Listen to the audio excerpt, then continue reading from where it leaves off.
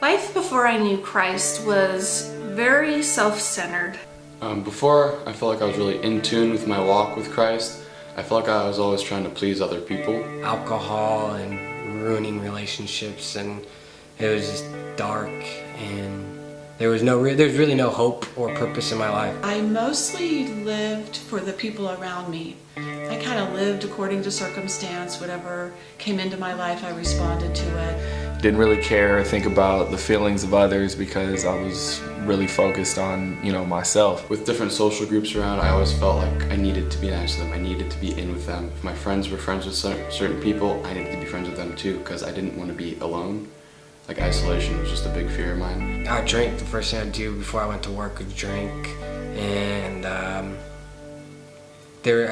had no purpose anymore, really. It's just getting by with whatever kind of excitements that I could fill my own life with. I just didn't believe that that there could be some big creator out there that would care about me and want to have a relationship with me. I thought it was all a joke. I thought whatever anybody did that made them happy was fine, that was okay. I was kind of okay with everything. My life before Christ, if I really was to describe it, I guess, would be just a life based on pride. Everything I did was for myself, my own selfish gain.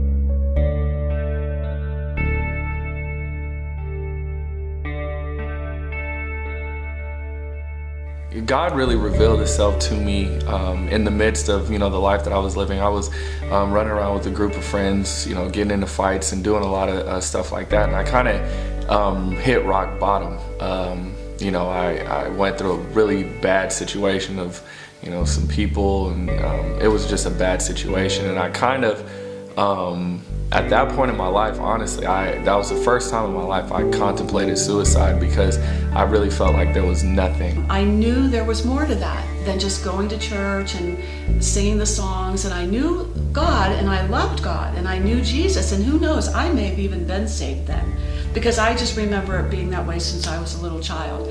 But I knew there was more, and I wasn't sure what that more was. I did 4 years in the infantry.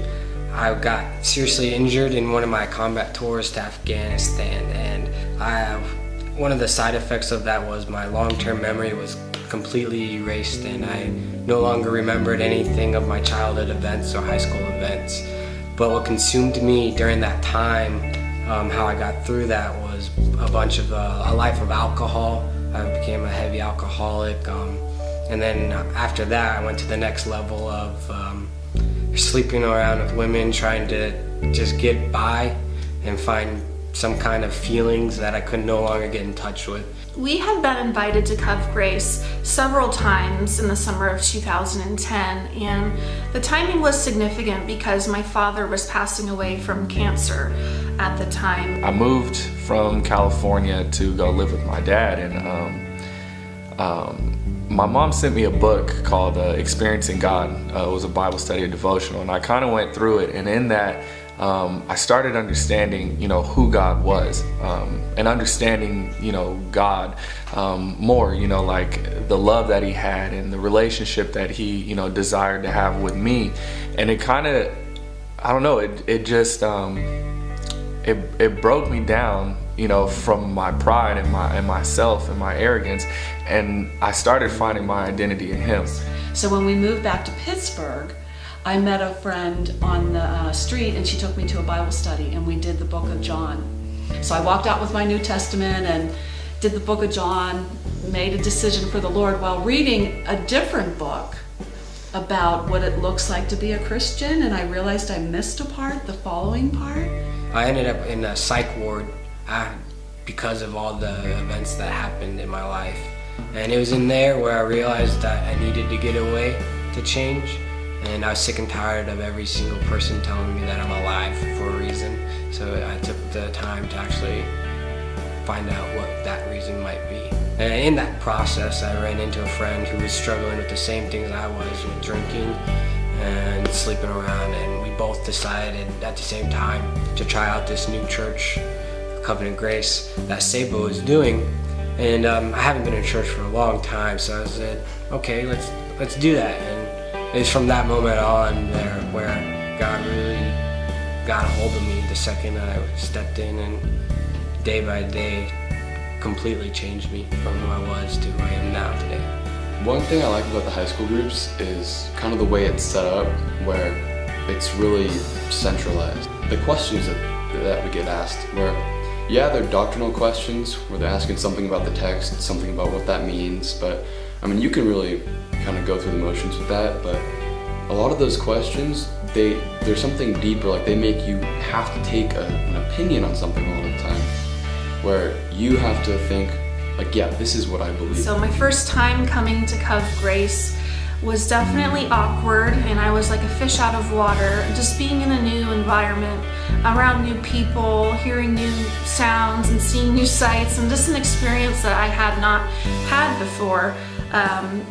And coupled with the sadness and the grief that I was still enduring from the loss of my father, it was a very overwhelming experience. And during one of the songs, when I felt like I wanted to turn around and run away, God spoke to me in my conscience, in my heart, and a voice just in my head said that you can stay or you can go, but the decision you make today will determine the rest of your life. And immediately I knew that I did not want to run away anymore.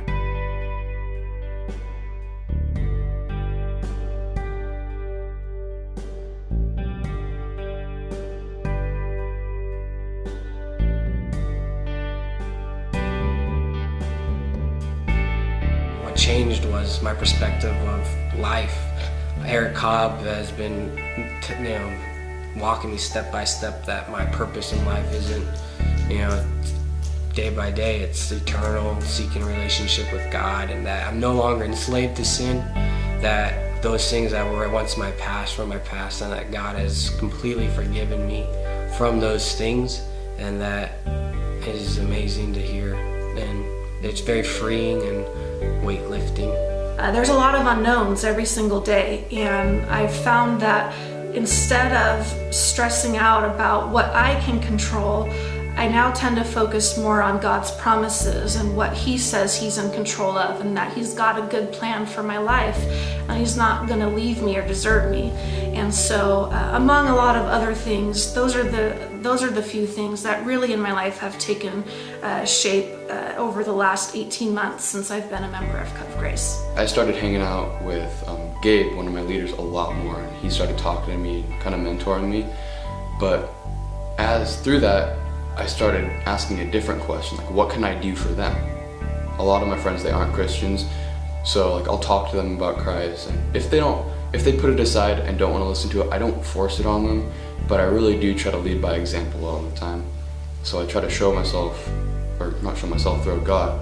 God through myself, so they can see like the positive impact it's having on me, because it's like I feel so less self-centered and self-conscious. I feel like there's a lot more I can do for other people now. Became this newfound emphasis on grace. And we had been through some very, very strong Christ-honoring churches, but this place to us put the emphasis on grace, and Kelly picked up with that before I did, actually really ran with that.